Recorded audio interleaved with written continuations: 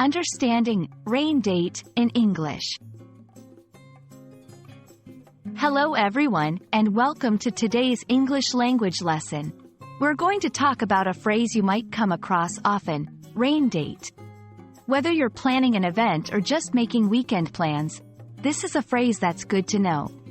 So, let's dive in and find out what it means and how to use it.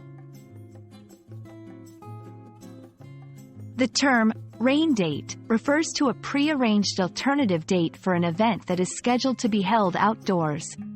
It's a backup plan in case the original date is affected by rain or other inclement weather conditions.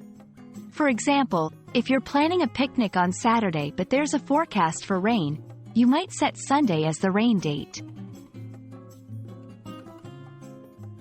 Planning a rain date is crucial because it ensures that your event can still go on, even if the weather doesn't cooperate. It's a way of acknowledging that we can't control the weather, but we can still be prepared for it.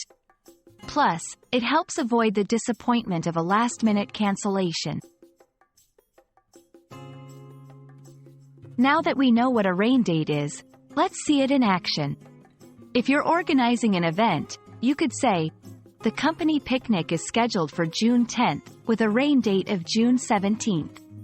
It's also common to see it written on invitations or event announcements.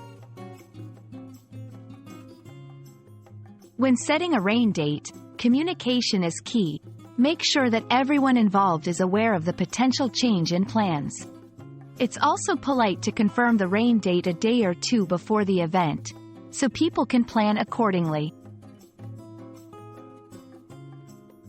And there you have it. A simple guide to understanding and using the phrase, rain date. I hope this video has cleared up any confusion and that you feel ready to use this phrase in your own plans. Thanks for watching, and I look forward to seeing you in our next lesson.